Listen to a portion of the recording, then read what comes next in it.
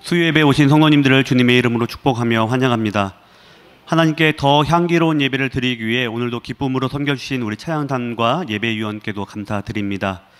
어느새 무더웠던 여름이 지나고 가을이 시작되었습니다. 가을에 대한 여러 표현들이 있는데 여러분은 가을 하면 무엇이 떠오르십니까? 현고마비. 네. 고민이 되실까봐 준비해봤습니다. 가을 하면 땡땡의 계절. 네, 여러분 이 사이에 어떤 단어를 넣고 싶으십니까? 어떤 분은 얘기하신 대로 천고마비의 계절로 표현할 수도 있고요. 어떤 분은 또 이제 우아하게 우리 또 이제 독서의 계절 딱 이렇게 표현도 하고요. 또 어느 분은 단풍의 계절, 뭐 축제의 계절 이렇게 여러 가지 표현할 수 있고, 또 우리 이제 멋진 우리 남성분들은 남자의 계절로 표현하실 수도 있을 것 같습니다. 여러 가지 이제 표현할 수 있는데 저는 오늘 여러분과 함께 가을은 역시 수확의 계절이다라고 말씀을 좀 나누고 싶습니다.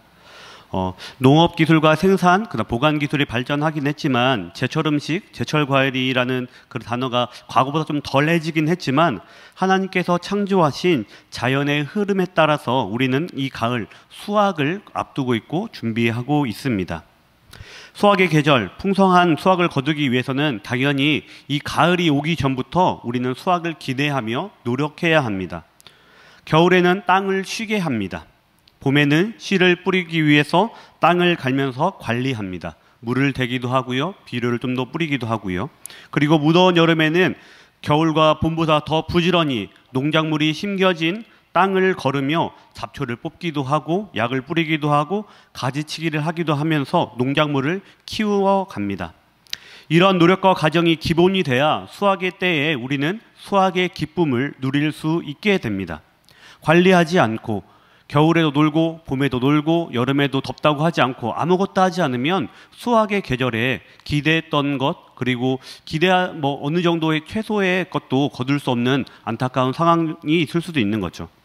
이러한 흐름과 과정, 노력은 우리의 신앙생활에도 그대로 적용됩니다. 주님께서 우리에게 주신 구원을 지키고 주님께서 우리에게 맡겨주신 사명을 행하며 나누며 살아가기 위해서는 신앙생활을 잘해야 합니다. 신앙 훈련을 꾸준하게 해야 합니다. 이런 의미로 신앙생활과 훈련의 가장 대표적이며 기본이 되는 예배에 대한 말씀은 오늘 레위기로 나누고자 합니다. 여러분, 예배는 무엇이라고 생각하십니까? 여러분에게 예배는 어떠한 의미입니까? 이렇게 물어보면 대답 안 하실 줄 알고 화면으로 준비했습니다.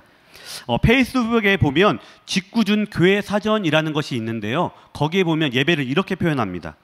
예배를 뭐라고 표현하냐면 제가 읽어드리겠습니다. 설교 하나 놓고 썰렁하니 앞뒤에 찬양 놓고 누구 한 명이 대표기도 하고 끝날 때는 축도하면 되는 일. 분명히 틀린 말은 아닌데 말 그대로 짓궂게 좀 냉정하게 우리가 드리는 예배가 어떠해야 되는가, 지금 어떠한가를 표현하는 말인 것 같습니다. 추가로 예배가 이렇다면 야외 예배는 뭘까요? 야외 예배. 야외 예배에서는 뭐라고 하냐면 진짜 중요한 것은 이 뒷순서이니 얼른 대강 치우는 행사를 이르는 말. 유사어로는 식사기도, 크리스마스 이브 예배라고 이제 야외 예배를 표현합니다. 여러분, 예배가 정말 이런 건가요? 아니죠. 우리는 가을 신앙의 열매와 믿음의 열매를 기다리며 지금 신앙생활을 하고 있고 신앙의 훈련을 하고 있고 지금 예배의 자리에 앉아 있습니다. 그렇다면 예배가 정말 이런 것이 아니라는 것을 우리는 다시 한 번 더 점검해보고, 그럼 나에게 예배란 무엇인가, 내가 예배를 어떻게 드리고 있는가를 점검해보고 생각해 보아야 합니다. 여러분, 예배를 무엇이라고 다시 한번 생각하시는지 한번 생각해 보시기 바랍니다. 예배에 대한 정의와 표현은 다르지만 예배가 중요하다는 것은 다 인정하고 받아들이고 있는 사실이죠. 일본 선교의 비밀을 벗기다라는 책이 있습니다. 그 책에서는 이렇게 이야기합니다. 일본인은 오랜 우상의 영향으로 눈에 보이는 인물, 물건, 장소에서만 신의 존재를 느낀다. 그래서 감정과 마음보다는 눈으로 신을 인식할 수 있을 때 그것을 신으로 받아들인다라고 기록합니다. 그래서 이러한 일본의 특성 때문에 일본의 기독교 복음화율이 5%를 넘기긴 어렵다라고 이야기를 합니다. 그래서 이어서 또 책에서 뭐라고 언급하냐면 일본인들은 천황, 신사, 절, 조상의 신인을 모시는 사당처럼 실제적으로 눈에 보이는 것에서만 영적 체험을 할 수 있고 영적으로 인식을 하기 때문에 건물과 십자가가 있긴 하지만 그리스도인에게 신앙의 훈련, 신앙의 생활의 가장 기본이 되는 예배를 통해서는 영적 체험을 하는 것을 어려워한다. 흔히 말하는 하나님의 임재를 느끼지 못한다라고 이야기를 합니다. 만약 일본의 선교 현실이 이렇지만 만약 예배를 통해서 하나님의 임재를 일본인들이 체험하게 된다면 지금 기본적으로 신적인 존재에 대해서 거부감이 없는 일본인들이기 때문에 선교의 열매가 귀하게 맺어질 것이다라고 이 책의 저자는 이야기합니다. 예배를 통해서 하나님의 임재를 체험하는 것은 비단 선교의 현장에서만 해당되는 것은 아닐 것입니다. 이미 하나님을 믿는 하나님께 나아가는 우리 그리스도인들에게도 너무나 중요한 것이기에 교회는 예배의 회복을 위해서 기도합니다. 때로는 참된 예배자가 되자, 예배의 성공자가 되자라고 하는 표까지 걸기도 합니다. 때로는 예배 10분 일찍 옵시다 라고 캠페인을 하기도 하죠. 그 이유가 무엇입니까? 그리스도인에게 예배가 너무나 중요하고 가장 기본되는 것이기 때문입니다. 찬양, 기도, 말씀, 나눔 그 모든 것을 시작하게 하고 모든 것을 포함하고 있는 것이 바로 이 예배이기 때문입니다. 그리고 우리 일주일의 첫 시간을 무엇으로 드립니까? 예배로 시작하지 않습니까? 예배가 그만큼 중요하기 때문에 예배를 회복하자, 예배의 성공자가 되자, 조금 더 일찍 옵시다라고 캠페인까지 하는 것입니다. 예배가 이렇게 중요하니 표와 캠페인이 있는 것은 맞지만 이것을 강조하는 것만큼 우리의 현실에는, 우리의 삶의 모습에는 예배를 중요하게 여기지 않는 모습이 또한 동시에 있는 것이죠. 그럼 여러분은 예배를 잘 드리시는 분이십니까? 물론 바쁜 일정에도 퇴근 후에도 피곤한 몸을 이끌고 심지어 오늘처럼 비가 많이 내리는 날 애매한 시간임에도 불구하고 수요 예배를 드릴 정도면 예배를 잘 드리는 사람이시겠지만 오늘 말씀을 통하여 예배가 무엇인지를 다시 한 번 더 생각하고 오늘의 그 말씀처럼 하나님을 기쁘게 하는 향기를 드리는 예배자로 다시금 더욱더 견고히 세워지기를 소망합니다. 하나님을 기쁘게 하는 향기를 드리기 위해 올바른 예배자가 되기 위해서는 예배를 쉬는 날, 퇴근 후에 마음 편하게 쉬지 못하도록 부담감을 주는 시간으로 여겨서는 안 됩니다. 드리자니 피곤하고 안 드리자니 찝찝한 일정이 되어서도 안 됩니다. 또한 교회나 예배에서 맡은 역할이 있어서 어쩔 수 없이 참석해야 하는 또는 다른 누군가와 약속이 있어서 어쩔 수 없이 마지못해 참석하는 것이 우리가 드리는 예배가 되어서는 절대 안 됩니다. 혹은 앞서 봤던 그 직구준 사전처럼 예배의 순서를 이야기하며 찬대성, 말참봉, 광주 뭔지 아십니까? 찬양하고 대표기도하고 성경봉독하고 말씀 듣고 찬송하고 봉헌하고 광고 듣고 주기도문이 끝나야 되는 일, 계속해서 시계를 보게 되는 일이 되어서는 안 된다는 거죠. 우리가 하나님을 기쁘게 하는 향기, 예배를 드리기 위해서는 예배가 무엇인지 근본이 되는 그 의미를 다시 한 번 더 떠올려야 합니다. 우리가 너무나 잘 알고 있듯이 예배는 예도예와 절배로 이루어진 단어로 예를 갖추어 절한다라는 그 한자 뜻을 가지고 있죠. 또 히브리어는 아바드라는 단어인데 섬기다라는 뜻입니다. 헬라어로는 프로스퀴네오라고 해서 누군가에게 입을 맞추다, 받들어 섬기다라는 뜻을 가지고 있습니다. 언어에는 발음적으로 예배는 다르지만 그 의미는 한 사람이 다른 한 존재에게, 사람에게 그 대상을 향해서 갖추는 기본적인 언행을 뜻합니다. 이를 당시 이스라엘 문화와 비추어 말하면 신분이 낮은 사람이 신분이 높은 사람을 대할 때, 종과 노예가 주인을 대면할 때 그 주인의 발에 입 맞추듯이 주인의 명령에 절대적으로 섬기겠습니다, 주인을 따르겠습니다라는 표현의 행위가 담긴 것이 바로 예배입니다. 다시 말해 예배는 하나님의 피조물인 우리 인간이 우리를 만드신 하나님께 최고의 예와 순종의 가치를 담아서 하나님만 따르겠습니다, 하나님만 철저히 신뢰하며 하나님의 말씀대로 살아가겠습니다라는 그 고백이 담겨 있는 것이죠. 이것을 우리는 너무나 잘 알고 있습니다. 하지만 이것을 잘 알고 있으면서도 하나님을 예배의 주인, 예배를 받으시는 분이라고 인정하지 않으면, 예배에 집중하지 않으면 예배의 조연과 곁다리가 하나님을 향해 우리가 드리는 감사와 고백을 방해하기 시작합니다. 제가 지난 금요 설교 때도 한번 드렸던 이야기인데, 전에 섬겼던 교회에서 한 권사님이 주일 예배가 시작되었는데도 자리에 앉지 않으시고 한 자리를 계속 서성이셨습니다. 그래서 비어있는 자리로 좀 안내를 해드리려고, 아니 뭐가 떨어져 있어 안 앉으시는 건가 하고 안내를 해드렸는데, 이미 자신이 늘 앉아왔던 그 자리에 다른 사람이 앉아있다라고 저한테 이야기하시는 겁니다. 그래서 이미 예배가 시작되었는데 그분한테 가서 예배를 좀 바꿔달라, 자리를 좀 바꿔달라고 말할 수 없냐, 좀 부탁할 수 없냐라고 얘기하시길래, 권사님 오늘은 여기 앉으시죠 라고 이제 설명을 좀 드렸는데, 그 권사님께서 그냥 알겠다라고 이제 수긍하시면서 앉아서 예배를 드리셨습니다. 그리고 결국 예배가 다 끝난 다음에 한 주간 승리하세요 하면서 인사를 나누는데, 권사님이 저한테 쓱 오셔서 이렇게 얘기해 주셨습니다.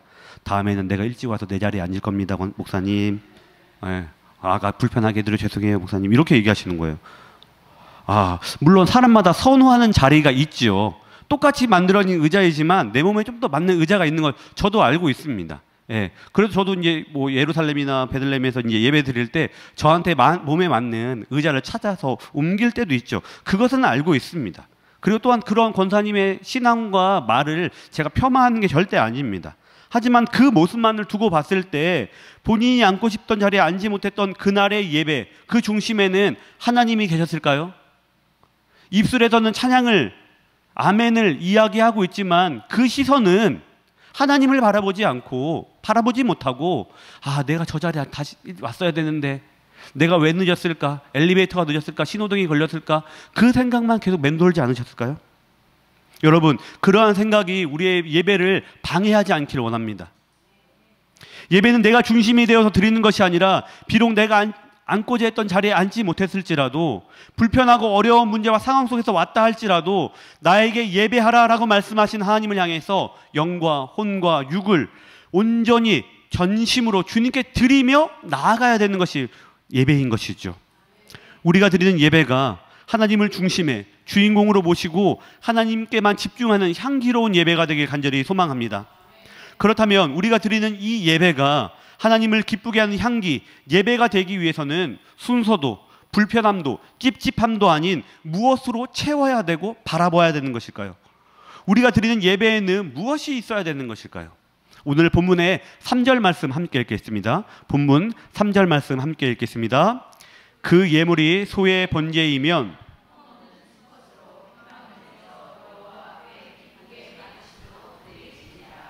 아멘. 구약시대 예배, 제사에서는 감사 제사를 제외하면 모두 가축으로 드리는 제사였습니다. 제사를 드리려는 사람은, 예배자는 제사를 드리기 전에 바치려는 제물, 그 가축이 흠이 있는지 없는지 세밀하게 확인하고 정성스럽게 살펴서 준비해야 했던 것처럼 우리가 드리는 예배도 가장 먼저 준비가 필요합니다. 약속 없는 주일, 약속 없는 수요일, 일찍 끝난 금요일에 교회 와서 예배를 드리는 것이 아니라, 어쩌면 예배의 준비는 예배 드리는 전날부터 시작되어야 되는 것이죠. 예배를 출발하기 전부터 우리 마음 가운데 준비가 되어야 되는 것입니다. 중요한 시합을 앞둔 운동선수는 시합 전날부터 몸을 함부로 하지 않습니다. 개체량을 끝난 다음에 준비한 모든 것을 경기 시간에 쏟아낼 수 있도록 경기 시간을 기준에 맞춰서 모든 행동을 합니다. 음식을 먹는 것도, 쉬는 것도, 몸을 스트레칭하는 것도, 잠을 자는 것도 모두 경기 시간에 맞춰서 진행합니다. 그 이유가 무엇입니까? 경기를 망치지 않기 위해서, 경기를 위해 준비해왔던 것이 망가지지 않도록, 경기에서 승리하도록 모든 것을 경기 시간에 맞추어서 다 바꾸죠. 예배를 드리려는 우리도 마찬가지입니다. 예배 시작 전에 도착해서 기도로 예배를 시작하는 사람과 습관적으로 여유를 부리다가 예배가 시작되는 후 허겁지겁 달려와서 예배에 참석하는 사람과 그 예배는 동일할 수 없는 거죠. 제가 중고등부 학생들과 5층에서 예배 드리는데 엘리베이터 한 대 더 늘어나서 아이들이 제일 좋아하는 게 뭐냐면 빨리 올라올 수 있는 거, 그리고 또 하나는 밖이 보이는 거. 그리고 제 입장에서 좋은 거는 애들이 더 이상 엘리베이터 기다릴게요, 엄마 먼저 올라가세요 하면서 부모님을 먼저 안 올려드리고 먼저 안 보내드리고 같이 엘리베이터 타고 와서 도망 못 가게 내리는 거죠. 여러분 이해되십니까? 예. 준비한 사람과 급하게 온 사람의 예배는 차이가 있을 수밖에 없는 거죠. 물론 가정의 일정이 있을 수 있습니다. 퇴근 시간이 겹쳐서 애매해질 수 있는 거죠. 우리가 바꿀 수 없는 상황이 있다는 것 저도 잘 알고 있습니다. 하지만 제가 드리고자 하는 얘기는 단순히 예배에 늦지 않았다가 아니라 예배는 준비된 마음으로 드려야 된다는 것입니다. 그래야 흠없는 예배, 제물을 준비하는 것이 되는 것이죠. 우리 함께 한번 이야기해 보겠습니다. 예배도 따라해볼까요? 예배도 준비가 필요하다. 준비가 필요하다. 이 말을 여러분 꼭 기억하시길 바랍니다. 금요일 예배 드릴 때, 오늘 수요일 예배 드릴 때, 주일 예배 드릴 때 우리는 그 예배를 드리기 위해서 준비를 해야 합니다. 마음가짐도 준비해야 되고요. 상황도 준비해야 되고요. 준비할 때 주님께서 우리에게 더 큰 은혜 주실 줄로 믿습니다. 예배는 예배실이라는 공간에서 시작되는 것이 아니라 바로 예배를 드리기 전날부터 집이나 직장에서 출발하기 전부터 예배를 준비하는 그 마음으로 드려지는 것이죠. 예배를 드리기 위해 시간과 일정을 조정하고 그것부터 예배는 시작된다는 것입니다. 여러분 이 사실을 다시 한 번 더 기억하며 예배를 준비하는 예배자가 되길 소망합니다. 두 번째로 예배는 기쁨으로 드려야 합니다. 3절 말씀을 다시 한 번 더 읽겠습니다. 3절입니다. 그 예물이 소의 번제이면 흠없는 수컷으로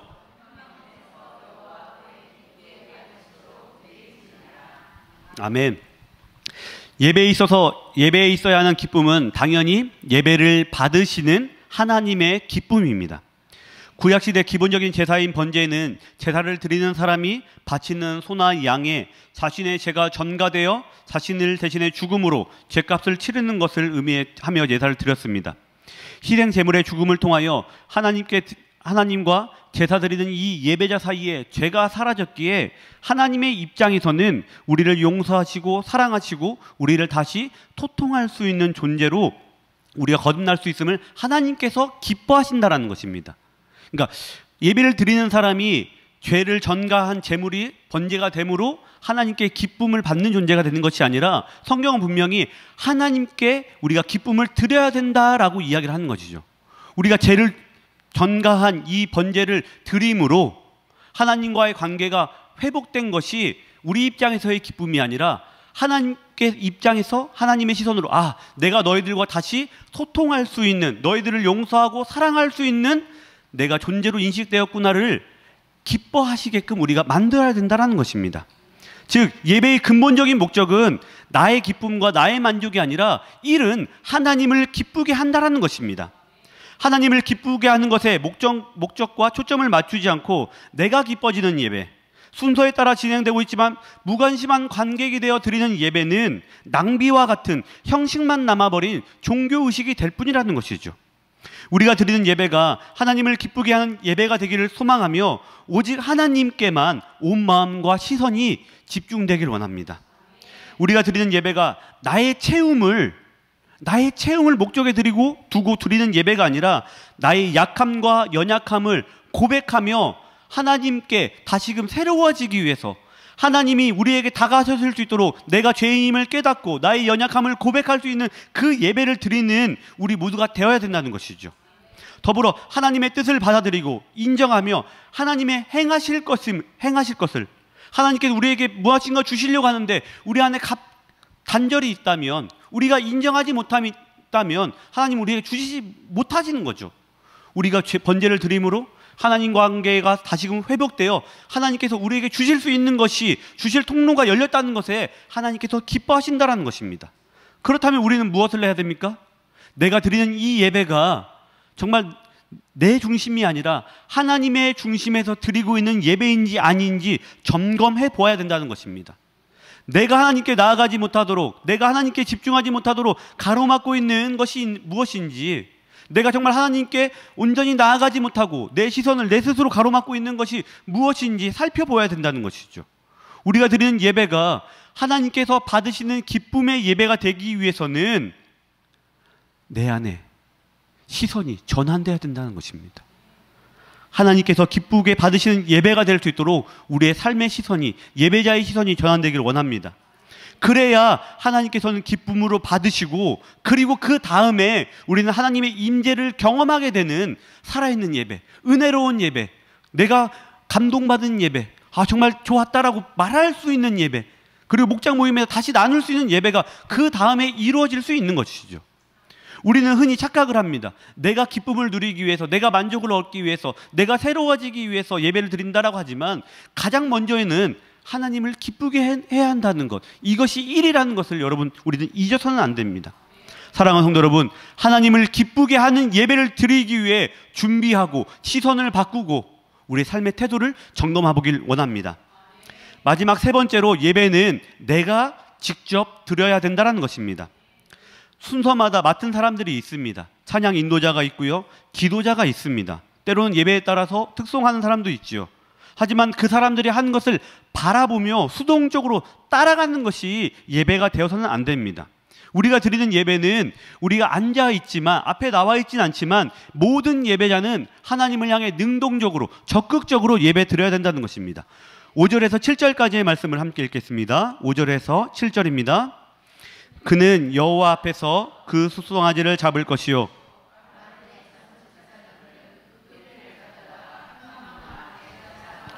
뿌릴 것이며, 그는 또 그 번제물의 가죽을 벗기고 각을 뜰 것이요, 제사장 아론의 자손들은 제단 위에 불을 붙이고 불 위에 5절과 6절의 시작에서 그는 바로 이 제물을 바치는 자, 예배를 드리는 예배자를 말합니다. 번제를 드리는 사람은 모든 것을 제사장에게 맡기고 자신은 뒷짐지고 뒤편에 물러나 있는 것이 아닙니다. 오히려 자신의 죄를 대신해 죽을 제물을 잡는 일에 철저하게 관여해야 되는 사람입니다. 제물을 바치는 사람이 그 제물을 직접 죽여야만 합니다. 또 자신이 죽인 그 제물의 가죽을 직접 벗겨야 합니다. 고기의 각을 직접 떠야 합니다. 내장과 다리를 찢는 일까지도 모두 직접 해야 합니다. 그러면 제사장은 제물에 피를 뿌리고 각으로 떠진 그 고기와 잘 찢어진 내장과 다리를 불 위에 올려 태우는 일을 제사장이 했습니다. 그 이후의 일은 다 제사를 드리는 사람이 직접 해야 했죠. 다시 말해, 제물을 바치는 사람은 지위 고하를 막론하고 아무리 자신의 밑에 신하와 부하와 종이 많다 할지라도 직접 제물의 목을 칠 때 튀어오르는 피를 직접 다 뒤집어 써야 했습니다. 가죽을 벗기고 가죽을 벗기고 각을 뜰 때 그 나는 피 비린내를 직접 다 맡아야 했습니다. 내장과 다리를 씻을 때 또 나는 악취 또한 감당해야 했습니다. 물론 구약의 번제와 지금의 예배 순서가 분명히 다르지만 우리 모두가 예배를 준비하고 적극적으로 드리는 사람이 되어야 된다는 것만큼은 동일하겠죠. 여러분에게 예배는 어떠한 의미, 어떠한 시간입니까? 혹시 나의 마음과 상황에 맞지 않아서 예배에 대해서 평가하고 있지는 않습니까? 내가 생각하는 말과 다른 말을 하고 있어서 한 걸음 더 뒤로 물러나 구석에서 예배드리고 있지는 않으십니까? 또 수없이 드리는 예배가 습관이 되어 하나님의 임재를 상실하며 기대감 없이 습관적으로 앉아 계시지는 않습니까? 만약 그렇다면 내가 드리는 예배가 다시 하나님의 기쁨이 되는 예배가 될 수 있도록, 회복될 수 있도록 우리는 예배의 준비부터 모든 행위까지 적극적으로 참여해야 합니다. 점검하며 평가하며 나누는 것이 예배가 아니라 내가 예배 안으로 들어가서 내가 찬 제물이 되어야 되는 것이고, 내가 예배자로서 함께 찬양을 부르는 것이 아니라 내가 더 크게, 앞에 선 사람은 우리를 대표해서 부르는 사람이 아니라 함께 부르기 위해서 앞에 먼저 서 있는 사람이 의미하는 거죠. 우리는 예배에 습관적으로 드리다 보니 뒤로 물러날 때가 있습니다. 예배를 평가할 때가 있죠. 이러한 모습이 우리의 예배를 가로막고 있다는 것입니다. 하나님께 기쁨으로 드리는 예배가 되기 위해서는 내가 예배를 평가하는 사람이 아니라, 내가 앞에 있는 사람이 아니라 예배를 드리는 온전한 하나의 사람이 되어야 되는 거죠. 이러한 점검을 우리는 스스로 해봐야 됩니다. 우리가 지난주에 드렸던, 나누었던 예배가 어떠한 예배였는지, 힘겹게 달려와서 헐떡이며 급하게 앉아있다, 급하게 간 예배는 아니었는지, 내 생각과 다른 이야기가 들렸다 해서 눈을 감고 귀를 닫고 앉아만 있다 가지는 않았는지, 무엇인가 실수가 있었다고 해서, 나와 맞지 않는 부분이 있었다고 해서 예배를 평가하진 않았는지 우리 스스로를 되돌아봐야 합니다. 이런 점검이 있어야 우리는 하나님께 기쁨으로 예배를 드릴 수 있는 사람이 되는 것이죠. 사랑하는 성도 여러분, 우리 모두가 예배의 기쁨을 회복하길 원합니다. 그렇게 하기 위해서 이 자리에 앉아 있는 여러분 먼저 기쁨을 먼저 회복해 주시길 바랍니다. 우리 교회가 예배를 회복합시다, 예배를 회복을 위해서 기도합시다가 단순히 습관적으로 하는 상투적인 표현이 아니라 정말 그것을 이루어지길 간절히 바라는 마음으로 예배 회복을 위해서 기도해야 할 것입니다. 예배를 준비하고 예배의 평가자가 아니라 예배를 드리는 사람으로 하나님께 드리는 나의 모습이 온전해지길 바라며 내 만족을 채우기 위해서가 아니라 하나님의 기쁨이 되기 위해서 우리가 예배 드리며 나아갈 때 우리 교회의 예배는 회복될 줄로 믿습니다. 사랑하는 성도 여러분, 다시 한 번 더 우리의 예배를 회복을 위해서 우리의 모습을 점검해 보아야 할 것입니다. 그 점검을 통해 우리의 예배가 회복되기를 간절히 소망합니다. 오늘 이렇게 예배가 무엇인지 살펴보았다면 다음 수요 설교할 때는 동일한 본문을 가지고 예배가 어떠한 순서로 어떠한 의미로 지금 드려져야 되는가에 대해서 좀 다시 한 번 더 구체적으로 나누려고 합니다.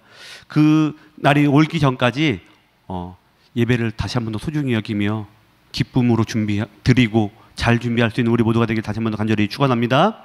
기도하겠습니다. 하나님, 예배드리게 하시고 하나님께 기쁨 올려드리게 하심을 감사드립니다. 오늘 드려지는 이 예배가 주님, 나 자신을 십자가 앞에 내려놓고 주님의 은혜와 보혈만 구하는 예배 되길 소망합니다. 나의 만족과 유익을 채우는 예배가 아니라 하나님의 뜻을 채우며 하나님께 나아가는 예배, 하나님을 기쁘게 하는 예배가 되길 소망합니다. 하나님, 주님께 기쁨으로 드리는 예배자가 우리 모두가 될 수 있도록 함께하여 주옵소서.